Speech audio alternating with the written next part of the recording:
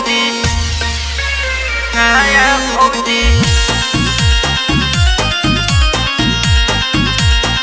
खोजली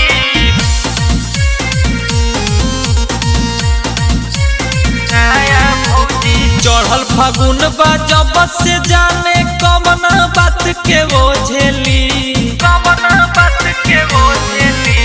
चढ़ल फागुन बा जब से जाने कमना बात के ओझेली। भैया के बाटे पुरान पिचकारी नया भौजी खोजेली। भैया के बाटे पुरान पिचकारी नया भौजी खोजेली। भैया के बाटे पुरान पिचकारी नया भौजी होली है।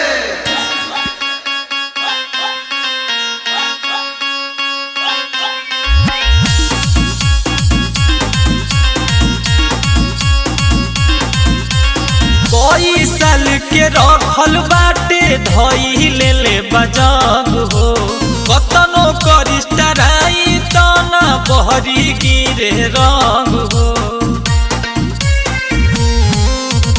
कोई साल के रखले बाटे धई ले बजाग हो, कतनो करिष्टराई तना बहरी गिरे रंग हो।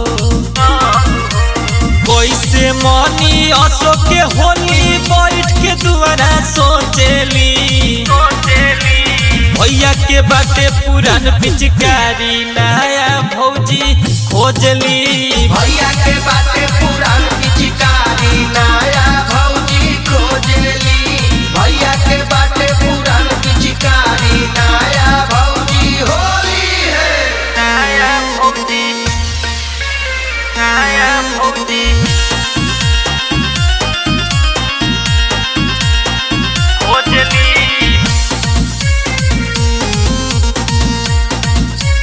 नया भौजी। करिए कारण भौजी हमर बाड़ी उदास हो, छूछे बीती लागे असो होली परब खास हो। होली परब खास करिए कारण भौजी हमर बाड़ी उदास हो, छूछे बीती लागे असो होली परब खास हो। दीपक आशीष के इहे बात खाती कोसेली। भैया के बाटे पुरान पिचकारी नया भौजी खोजेली। भैया के बाटे पुरान पिचकारी